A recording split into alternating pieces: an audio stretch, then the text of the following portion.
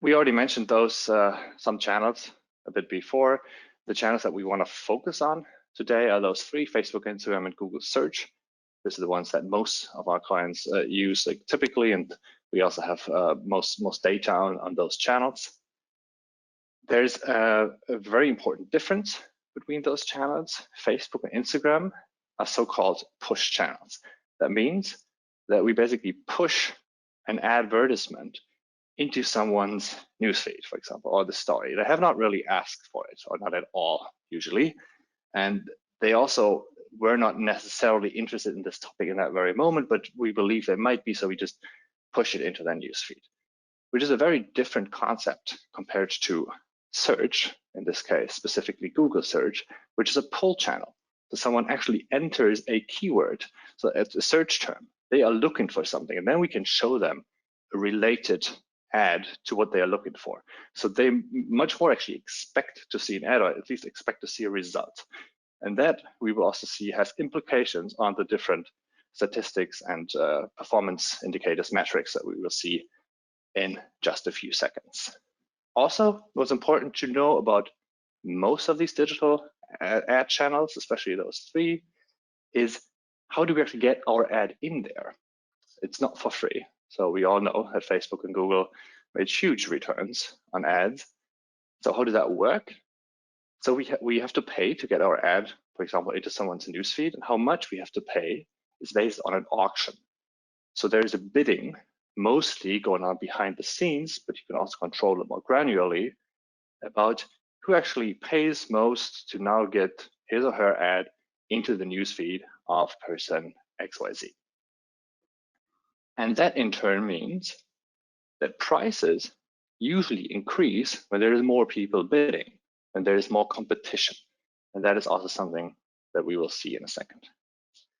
All right, so we're almost there to actually look at some data, some statistics that you probably have all been waiting for. Before we do that, I only want to let you know one more thing, actually, is what are we looking at? So we want to today focus on 4 different metrics. There are a lot more, and that goes back to the strategy I was actually starting with in the very beginning. You have to figure out what are the important metrics, what are the important KPIs for you that you want to track. Today, we will focus on those 4. First is the CPM, which means cost per mil, which stands for 1,000 impressions, and equals the budget, which is the ad spend, divided by the number of impressions generated times 1,000. Why times 1,000? Because usually it's just a very tiny number, otherwise like 0.00 something, and multiplying this with 1,000 just makes it look nicer. So it's just a standard way to display this metric. Then secondly, we have the CPC, cost per click, simply budget divided by clicks.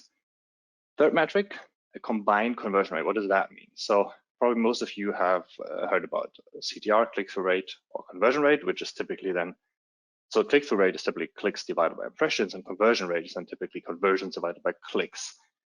So we are combining those here. So essentially, the combined conversion rate equals click-through rate times conversion rate, which is then the same as the number of conversions divided by the number of impressions. Why are we doing that? Because it makes different channels more comparable. Because there are channels where just naturally the click-through rate is lower, for example, Instagram. But then the conversion rate might be implicitly high because you actually get a lot of conversions, but you don't have this intermediary step of a click. So the phases of awareness and considerations are a bit wishy-washy here. And in order to better compare those different channels, we look at the full funnel. So we look at conversions divided by impressions, so which is the conversion rate across over the whole funnel. And then the fourth, and arguably the most important metric, return on ad spend, which is the value, like the additional value generated with your campaign, like purchase value, for example, divided by the budget that you invested to get this return. So this can also be called the return on invest, ROI, for example. Return on ad spend is something usually marketers, especially online marketers, refer to. All right, we're ready. Diving in, first one, CPM. So I will show you for those 4 metrics, I will show you 4 different graphs each. So I will spend a bit more time for the first one actually explaining the graph that we are showing, or the metrics that we are showing. We will always start with a histogram.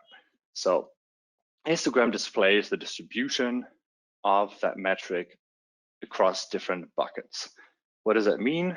Here, for example, €2 means that the campaigns that had a CPM between 0 and €2 fall into that bucket. €4 means between €2 and €4. And so that is what you see on the horizontal axis. On the vertical axis, it's the weight of this campaign in those campaigns in the distribution. So we have like 30% of all campaigns had a CPM between €4 and €6. So what does it tell us here? First of all, most important metrics you in any kind of distribution, I think makes sense to look at is the mean and the median.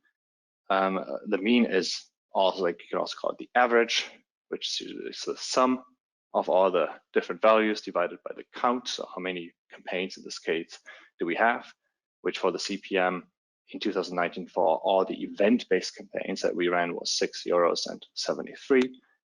And the median is the 50% quantile, which means that it splits the data exactly in half. And here this is €5.96. Why does it make sense to display both? Because that actually gives you already a hint of the distribution, which you can actually see here more nicely in the full histogram. Because in the histogram, you can already see it's skewed, right? It's not centered, like the highest bar here is not in the middle of the graph. And that has an influence on both the mean and the median. For example, here we can see we have outliers. There's even a few campaigns apparently that had a CPM higher than €20, and that pushes the mean, but doesn't affect the median. So that's why it's important to get an idea about how the distribution of a certain metric looks like, to at least look at those 2 metrics. All right, next up, we will look at how the CPM is different by the 3 main channels that we want to focus on: Facebook, Instagram, and Google Search. First of all, you can see the mean here is much higher, the mean across those 3 channels compared to what we just saw before. That is actually due to, in the graph that you saw before, the histogram, there were also some other channels included. So we also do advertisements on Google Display or YouTube or Snapchat, where typically the CPM is actually much lower. But let's now concentrate on those 3 channels. What do we see here? Like, does that make sense? I mean, first of all, we do see that Google is much more expensive than Facebook and Instagram. Why is that? Well, that actually reflects exactly this push-pull mechanism we were talking about before. Facebook and Instagram is push. So we can basically always push an ad into someone's newsfeed. Like, there's just more variety. That potential audience is much larger, which then also again has to do with the competition. Larger audience, few advertisers, lower prices. Smaller audience, a lot of advertisers, higher prices. Typically, the Google search audience is smaller because we have to wait until someone actually puts in the right keyword. Facebook, Instagram, it's not the case. We can push our ad into the newsfeed or the story. Let's look at the trend over time for CPM. You can see the 12 months of 2019 plotted on the horizontal axis, and the mean in this case of those different channels on the vertical axis. First of all, what is obvious is that there is a generally an increasing trend. So prices got more expensive throughout the year. And especially that seems to be true for the 4th quarter, which has to do with competition. Also, it's consistent. The differences in mean are consistent across all the different months. So there's no like overlapping of those lines. So Google search is always more expensive than Facebook, is always more expensive than Instagram in terms of reaching more people, generating more awareness.